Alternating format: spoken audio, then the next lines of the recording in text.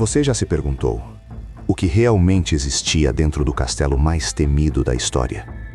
Não o castelo das lendas, mas o castelo real, onde medo, poder e estratégia se misturavam de um jeito que poucos conseguem imaginar. Porque o que você está prestes a descobrir não é só sobre vampiros, é sobre controle absoluto. E se você curte histórias que parecem ficção, mas são mais reais do que deveriam, já se inscreve no canal e deixa o like, porque o que vem agora vai mudar completamente a forma como você vê a lenda do Drácula. Agora imagina isso. Você está na Valáquia, século XV, um território espremido entre dois gigantes, o Império Otomano e o Reino da Hungria. Guerra constante, traições, sobrevivência. E no meio disso tudo, surge um homem, Vlad III, conhecido como Vlad, o Empalador. Um governante que não apenas liderava, ele aterrorizava. Mas aqui vai a pergunta que ninguém faz. Onde esse poder era construído? A resposta está dentro do castelo. E não é o que você imagina. Do lado de fora, o castelo parecia apenas mais uma fortaleza medieval. Muros altos, torres, pedras frias, estruturas que chegavam a quase 27 metros de altura. Mas por dentro, ele era uma máquina de guerra psicológica. E tudo começava abaixo do solo. Debaixo do castelo, existia um mundo completamente diferente. Escuro, silencioso e projetado para desaparecer com pessoas. As prisões subterrâneas ficavam a mais de 9 metros de profundidade, lugares onde luz praticamente não existia, e o tempo deixava de fazer sentido. Agora pensa nisso. Você não sabe se é dia ou noite, não sabe se vai sair dali. E o único som que você ouve são ecos. E às vezes, gritos. Esses espaços não eram só para aprisionar. Eram ferramentas de quebra psicológica. Mas isso é só o começo. Porque os túneis eram ainda mais assustadores. Passagens secretas ligavam o castelo a florestas, montanhas e até rotas de fuga estratégicas. Em caso de invasão, Vlad podia simplesmente desaparecer. Ou pior, atacar por onde ninguém esperava. Isso transformava o castelo em algo muito mais perigoso do que uma fortaleza. Ele era imprevisível.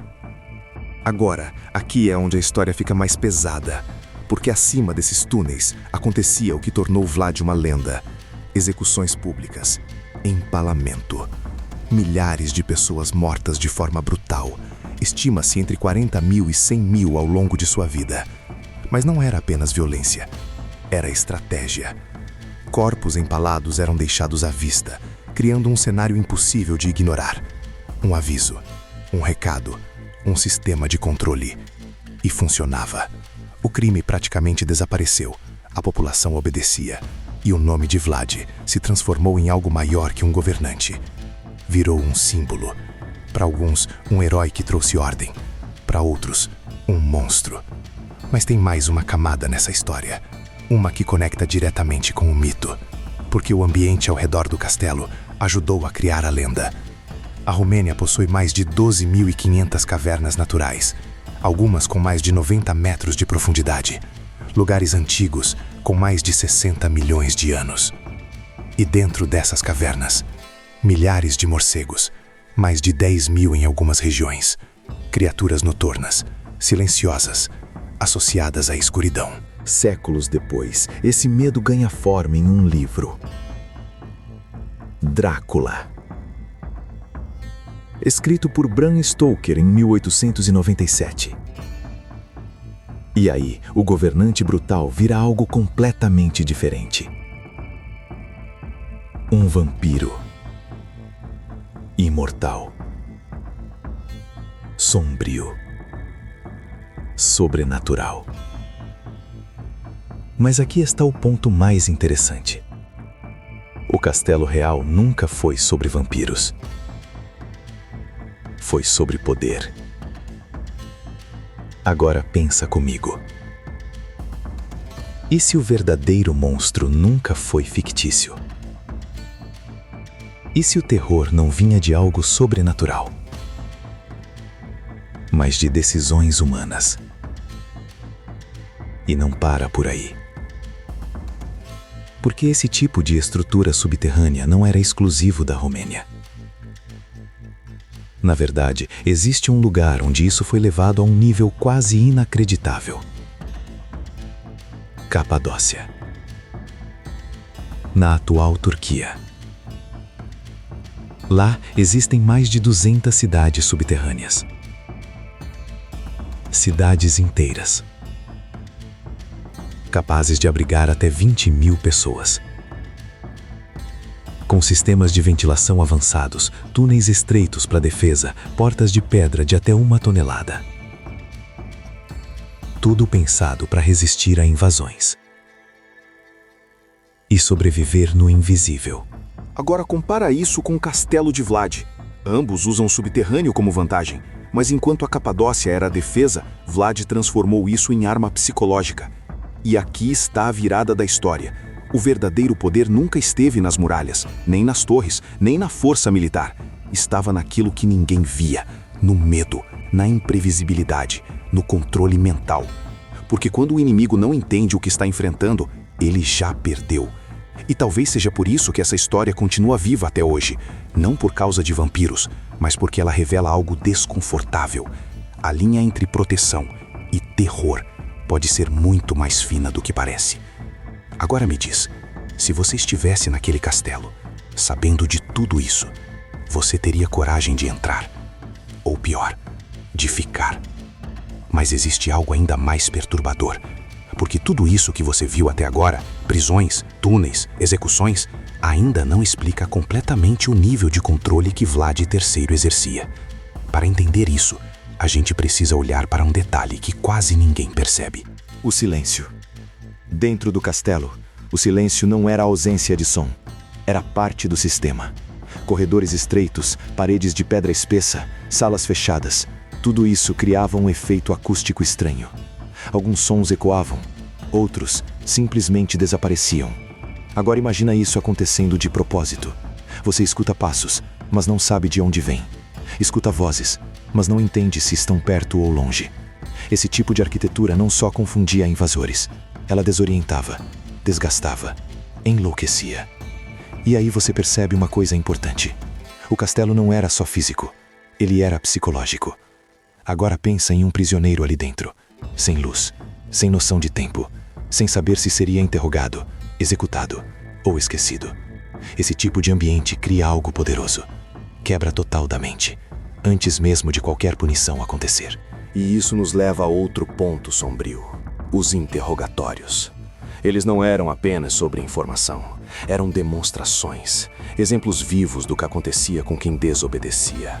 Porque Vlad não precisava punir todo mundo, ele só precisava que todos acreditassem que seriam os próximos. Agora, segura isso, porque o que aconteceu em 1462 leva tudo isso a outro nível. Quando o Império Otomano avançou contra a Valáquia, Vlad fez algo que parece saído de um pesadelo. Ele recuou. Mas não foi uma fuga comum. Foi uma armadilha. Ele destruiu plantações, envenenou fontes de água, abandonou vilas. Uma estratégia conhecida hoje como terra arrasada. Mas o pior ainda estava por vir. Quando o exército otomano finalmente avançou, eles encontraram algo que ninguém estava preparado para ver. Uma floresta. Mas não de árvores, de corpos. Cerca de 10.000 pessoas empaladas, espalhadas como um aviso macabro. Um cenário tão extremo que relatos históricos dizem que até soldados experientes ficaram em choque. Agora pensa nisso. Você está marchando para a guerra, preparado para lutar. E de repente, você percebe que já entrou no território do medo. Isso muda tudo. Porque a batalha deixa de ser física e passa a ser mental. E aqui está o ponto mais estratégico de todos. Vlad não precisava vencer todas as guerras. Ele precisava fazer com que o inimigo não quisesse lutar. E muitas vezes, funcionava. Mas esse tipo de poder tem um preço. E, eventualmente, ele chegou. Em 1476, Vlad III morre, possivelmente decapitado. E aqui, a história começa a se fragmentar. Porque mesmo depois da morte, a presença dele não desaparece. Pelo contrário. Ela cresce. Histórias começam a circular, relatos exagerados, narrativas distorcidas, e aos poucos, o homem vira lenda. E séculos depois, Essa lenda encontra um ambiente perfeito para se transformar em algo ainda maior. Castelos isolados, florestas densas, cavernas profundas, morcegos cruzando o céu ao anoitecer. Tudo isso vira combustível para a imaginação, até que finalmente Bram Stoker conecta os pontos e cria algo completamente novo. Não um governante, mas uma criatura, o vampiro.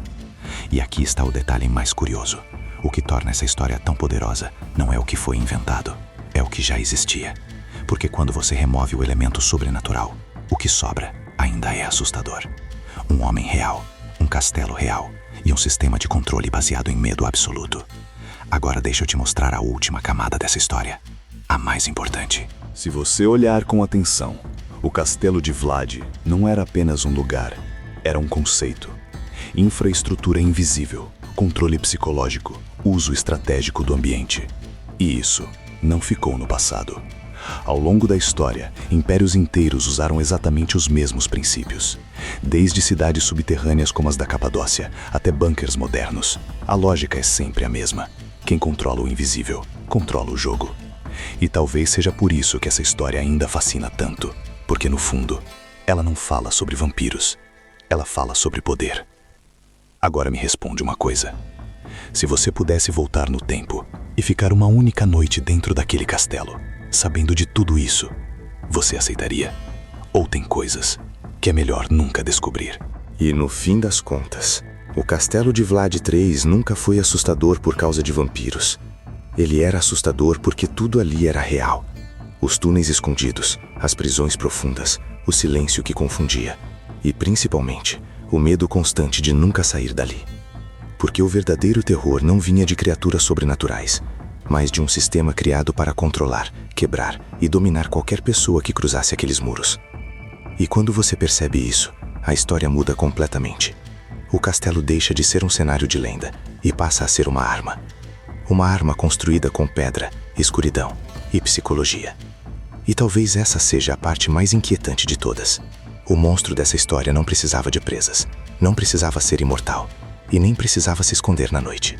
Ele governava, ele decidia. Ele fazia do medo uma estratégia. E é exatamente por isso que essa história continua viva até hoje. Não por causa do mito, mas por causa da realidade por trás dele. Agora me diz, se você estivesse diante daquele castelo, sabendo de tudo isso, você teria coragem de entrar? Ou tem lugares que existem exatamente para nunca serem explorados?